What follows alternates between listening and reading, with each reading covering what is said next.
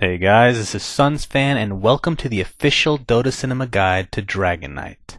If you aren't familiar with this hero, you may want to watch the introduction we did for him at the corresponding link.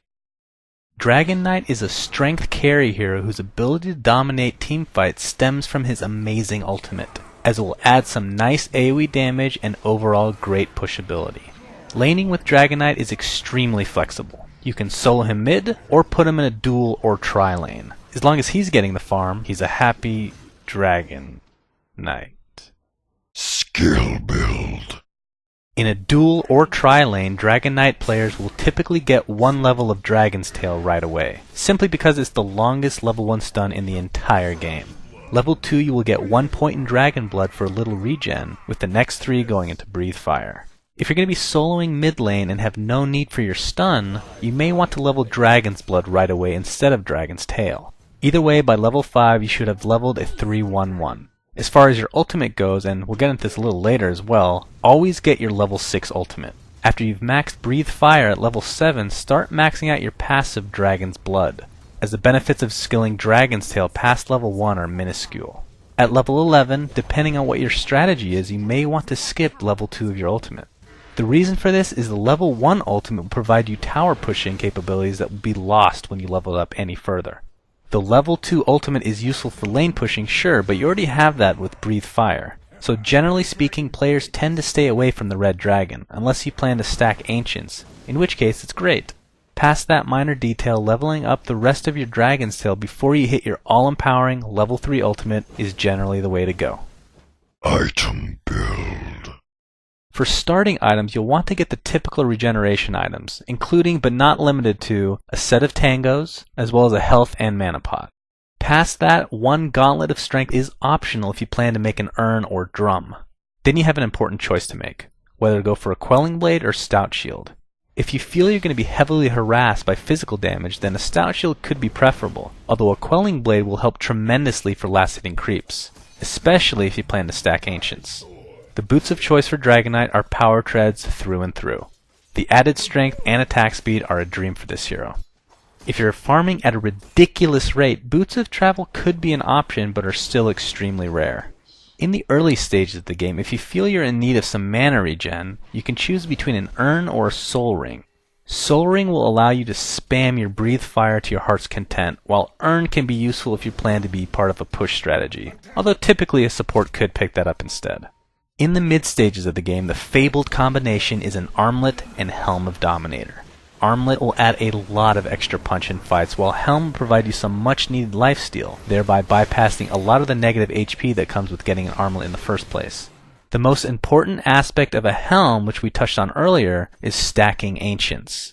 If you can take the extra time to stack Ancients on a consistent basis, using your level 2 ultimate alongside your Armlet, you can demolish them in no time, giving you a ton of extra farm. Alongside this, Dragon Knight needs some extra tankability. Looking at the opposing team, you need to choose between a Hood or BKB. Obviously, if they have a multitude of ways to disable you, then a BKB is definitely the way to go. If their strength is more in their overall magic damage, then a Hood into a pipe is a solid choice.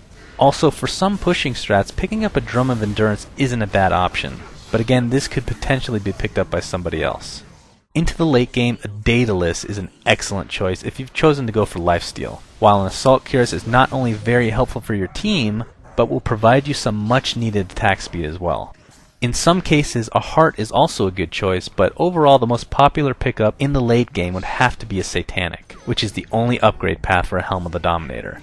If used right, this could potentially give you 2 lives in a fight. Gameplay. As far as laning is concerned, don't be afraid to be aggressive. Your passive regeneration will aid you as you harass with your Breathe Fire. Whatever you do, just realize that farm is of the utmost importance for Dragon Knight. So if you have to, feel free to use your Breathe Fire to mow down creeps, especially if you have a soul ring. Try and make a concentrated effort to stack with Ancients every time that clock hits 52 or 53, as you'll be rewarded with a huge bounty of gold. Also make sure to use your level 6 ultimate to push down towers. It will essentially deal 100 damage every 5 seconds to a tower, which in combination with your Breathe Fire on lane creeps can make for a devastating push. It's also very important to try not to let a battle occur without your ultimate being available. At level 16, your ultimate is extremely game-breaking. In teamfights, try to apply your frost to important DPS dealing targets, as they'll not only lose 30% move speed for 3 seconds, but also 20% attack speed. This is where kiting comes into play. Depending on how much damage you're doing, you may be best off alternating between targets in order to allow your team to have an easier time to be effective in battle. But if you're doing a crazy amount of damage, screw all of that and just right-click away. Friends and foes. Friends of Dragon Knight are, to put it simply, those that can keep him alive for an extended period of time. Examples of this would include Dazzle, who has a nice heal to go along with his Shallow Grave ability, but the mother of all heroes to go along with the Dragon Knight in the mid to late stages is Omni Knight, who can, let's see, heal Dragon Knight, keep Dragon Knight safe from magical damage, and give him 1,000 freaking armor. Another fun combination, although he doesn't necessarily keep Dragon Knight alive, is Ancient Apparition, who can get a guaranteed cold feed off with just 1 stun from you. Heroes that give Dragon Knight some trouble would be those that can disrupt his farm in some fashion, whether it be because of slows or harassment. A few examples of this would include Lich, who can harass a lot in the early stages of the game, as well as provide frost armor, which will slow Dragon Knight quite a bit. Venomancer is another hero with a lot of slows and harassment that Dragon Knight has trouble with. And last but certainly not least would be Lifestealer, who essentially eats strength heroes for lunch. Thanks for watching, guys, and please remember to subscribe to our YouTube. Also, a special shout out goes to Flawless for his help in writing this guide. You can check him out at his YouTube, which is linked in the following annotation. And finally, please be sure to check out our stream at own3d.tv/Dota Cinema, where you can find tournament shoutcasts, as well as me playing with you. This was Suns Fan, and please, have my babies, please.